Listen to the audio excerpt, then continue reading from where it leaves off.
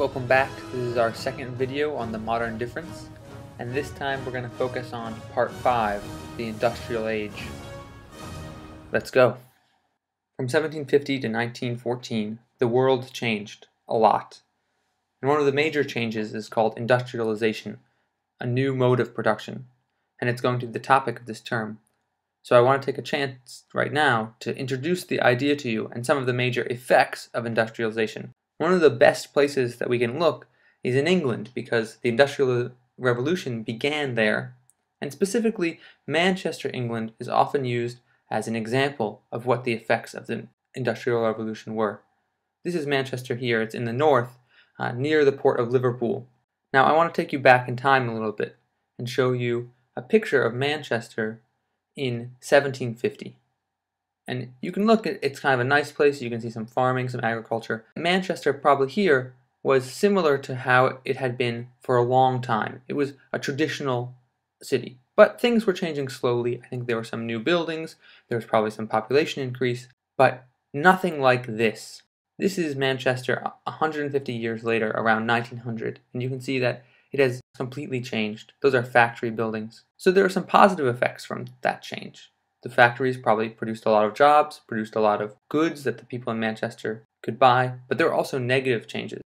This is a line of children waiting to eat. And one of the problems of the Industrial Revolution initially was that, along with the big population increase, there wasn't necessarily an equal increase in the amount of food. Or even if there was enough food, it was hard to get the food to the people who needed it. As we go through the rest of the term and the rest of the video, keep Manchester in mind, and that the Industrial Revolution brings a variety of changes, both positive and negative. Okay, now on to the key concepts.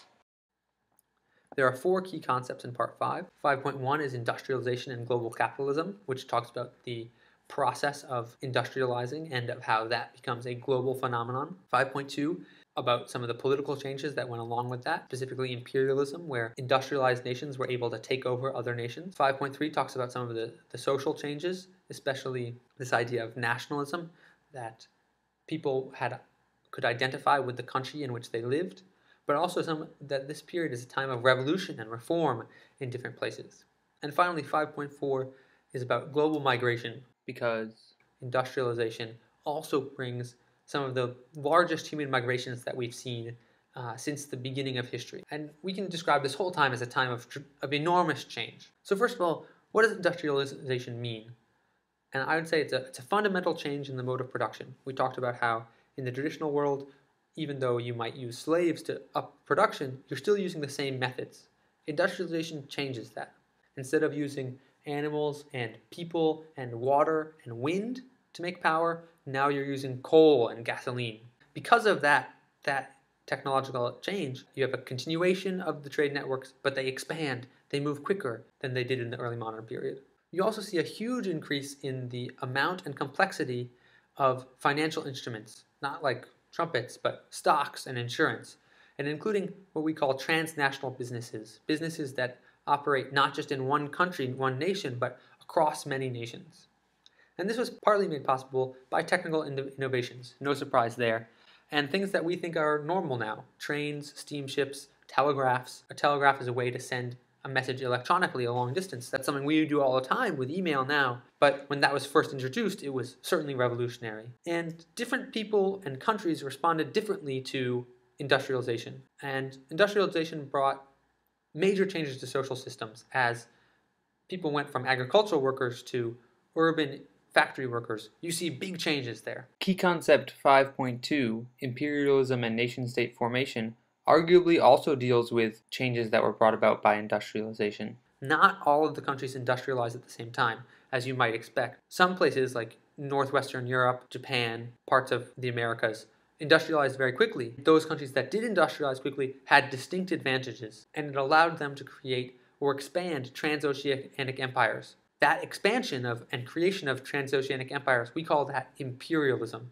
One of the interesting things about imperialism is that imperialist nations, to support their actions, created these pseudo-scientific racial ideologies. One of the most important is social Darwinism, which says essentially that the strongest races or ethnic groups can and should win in fights or in contests. Connected to those ideas are ideas especially of nationalism, which is the key concept 5.3. Nationalism is the development of the idea that people shouldn't necessarily be loyal to the people around them or close to them or just their families or towns, but instead should identify with the country that they live in sharing a language and sharing traditions.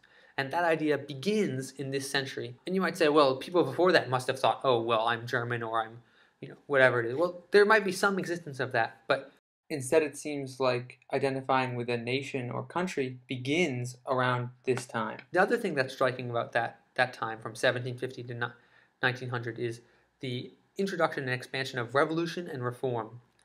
And we can trace that back to some degree to something called the Enlightenment, which is when a group of thinkers began to challenge existing traditions and establish power structures. And they said, look, the way we've been doing things before has really been unfair to most of the world. Each person has human rights, and the government has to have consent from the people it governs. That means the people who the law affects must have some input into what the law is.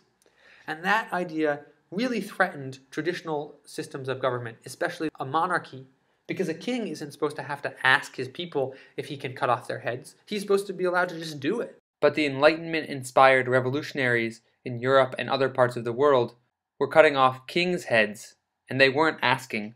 One of the interesting things about those different ideologies is that many of them were invented or at least named in Europe and then spread around the world. So things like nationalism, while it began perhaps in Europe, it very quickly spread to other parts of the world because governments realized that they could use nationalism to unite their populations and really push their countries forward. Our fourth key concept in part 5 is global migration. And especially as this century moved on towards the end of the 19th century, you see as a result of population growth, and especially urban population growth, it seems like some places can't keep as many people as they have. And so you see large numbers of people leaving their traditional homes and moving to new places. A classic example of this is European emigration to the United States, and many of them arrived in New York City at Ellis Island, pictured here. People had various reasons for moving, but partly industrialization made life difficult for many people. Many of them wanted to find new jobs, new work, new fortunes in a new place. But we have to remember that even if life was sometimes miserable, the vast majority of people didn't immigrate. They stayed where they were and tried to make things the best they could. I'll leave you with the image of a barricade from the Paris Commune, when the people of Paris rose up and took the city for themselves, declaring democracy and freedom. The Commune was eventually crushed, but these men and women stood on that barricade in 1871, barely 9 years after Victor Hugo wrote his famous Les Miserables.